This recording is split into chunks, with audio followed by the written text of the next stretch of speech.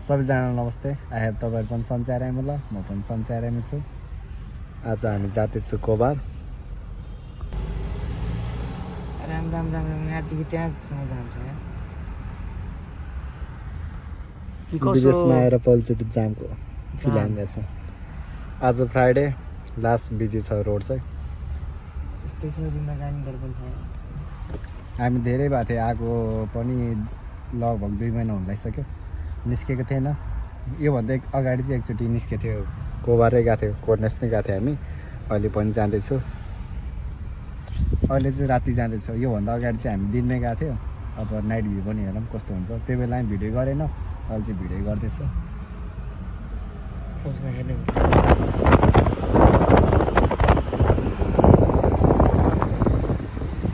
हामी कोबार कोर्नेस चाहिँ आइपुग्यो। यही ठाउँ हो कोबार कोर्नेस सी फ्रन्ट भन्ने चाहिँ।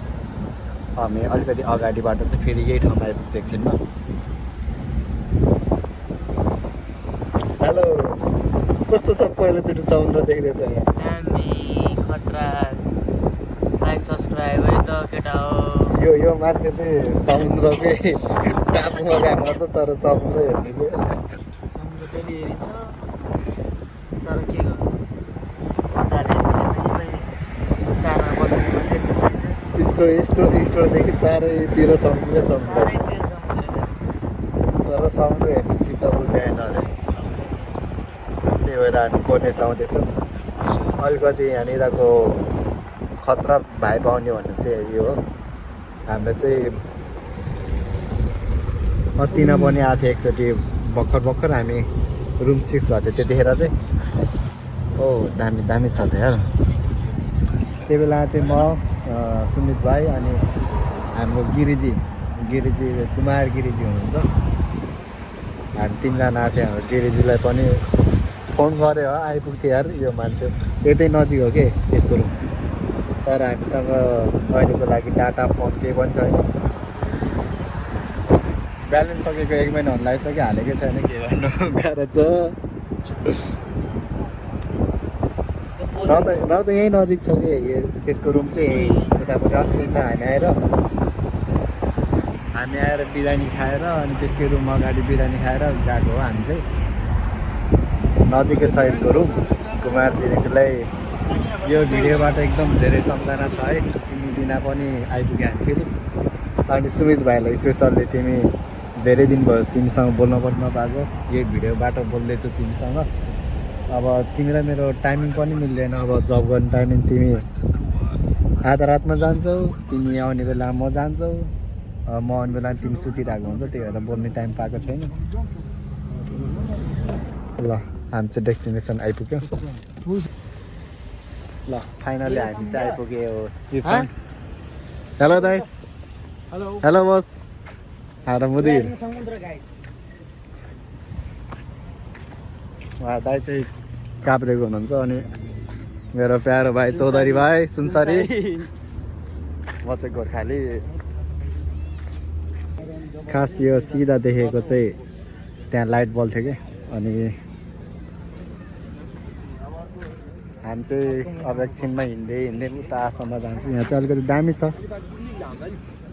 यो हेर्दा चाहिँ लेग साइडको भाइब आइरहन्छ हल्का, पोखराको लेग साइडको।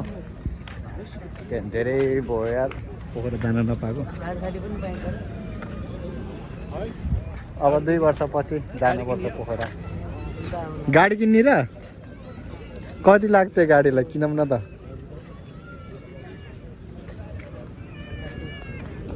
आज फ्राइडेको दिन चाहिँ लास्ट मान्छेहरू आउँदैछ यो ठाउँ पनि। हामी चाहिँ फ्राइडे आएको थिएन, अस्तिमा चाहिँ आइतबार आएको थियो। आइतबार दिन जस्तो टाइमिङमा आएको थियो। खासै धेरै यस्तो मान्छेहरू चलपल थिएन। अहिले त वाइल्ड छ मान्छेहरू। अब सबै मान्छेहरूलाई चाहिँ क्याप्चर गर्नु मिल्दैन यहाँको रुल्स अनुसार चाहिँ। त्यही भएर आफ्नो फेसलाई मात्रै देखाउनु मिल्छ। हेलो, के छ भाइ? के छ? कस्तो लाग्यो तिमीलाई? यहाँ चाहिँ मान्छेहरू दामी तरिकाले खानासाना खाने, क्याम्पिङ गर्छ भन्ने त्यस्तो ठाउँहरू छ। अब के गर्नु, राम्रोसँग देखाउनु मिल्दैन। ठिकै छ यतिकामा। ल, फाइनल्ली हामीले 5-10 मिनट वेट गरेपछि चाहिँ बल्ल आइपुग्यो। लिएर आउनु चाहिँ भएन है ल खाइदिउँ न त Cheers. ब्ल्याक कफी नै होला नेस्क्याफे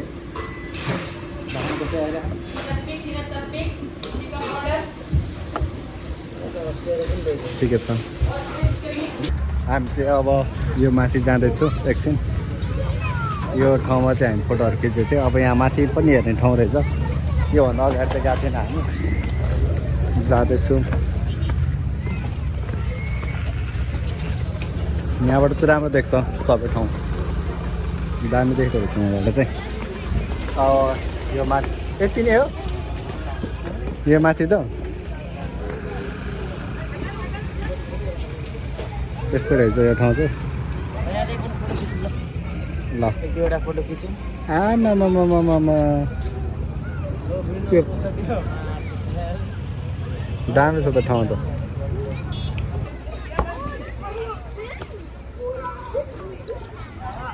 आज शुक्रबार अति धेरै पार्कमा मान्छे बच्चाहरू खेल्न आउँदो रहेछ साइकल पनि अति धेरै छ अनि यहाँ मसँग आउने दुईजना चाहिँ अर्को ठाउँमा फोटो खिच्नु भनेर गइसक्यो लास्ट बच्चाहरू साइकल हान्ने इत्रु इत्रु बच्चाहरू पनि यहाँ चाहिँ पार्कमा ल्याएर साइक्लिङ गर्ने स्केटिङ गर्ने बल सल खेलाउने गर्दो रहेछ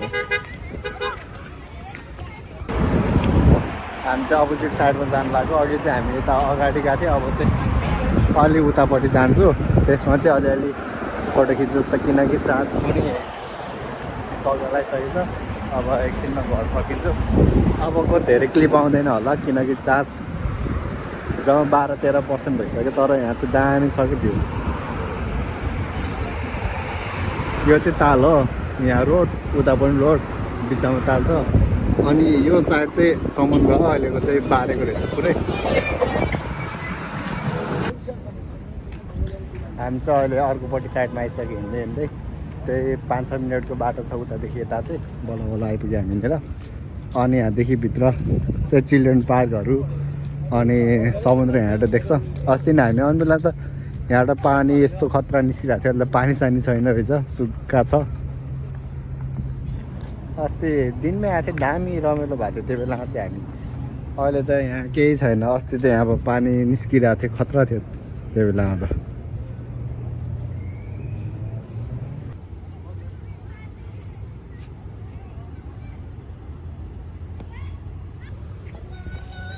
यहाँ चाहिँ दामी एउटा बिल्डिङ बनाएको रहेछ क्या ठ्याक्कै यहाँ ताल छ होइन त्यो माथि चाहिँ यस्तो दामी छाया बस्दो रहेछ यसको यहाँ चाहिँ यति नै हो अब बिस्तारै बिस्तारै जान्छु होला चार्ज पनि सक्यो यति भन्दै आजको ब्लग चाहिँ यहीँ इन्ड हुन्छ मन पऱ्यो लाइक गरिदिनु होला के कस्तो लाइक कमेन्ट गरिदिनु होला अनि अर्को भिडियोको लागि प्रतीक्षा गर्नु होला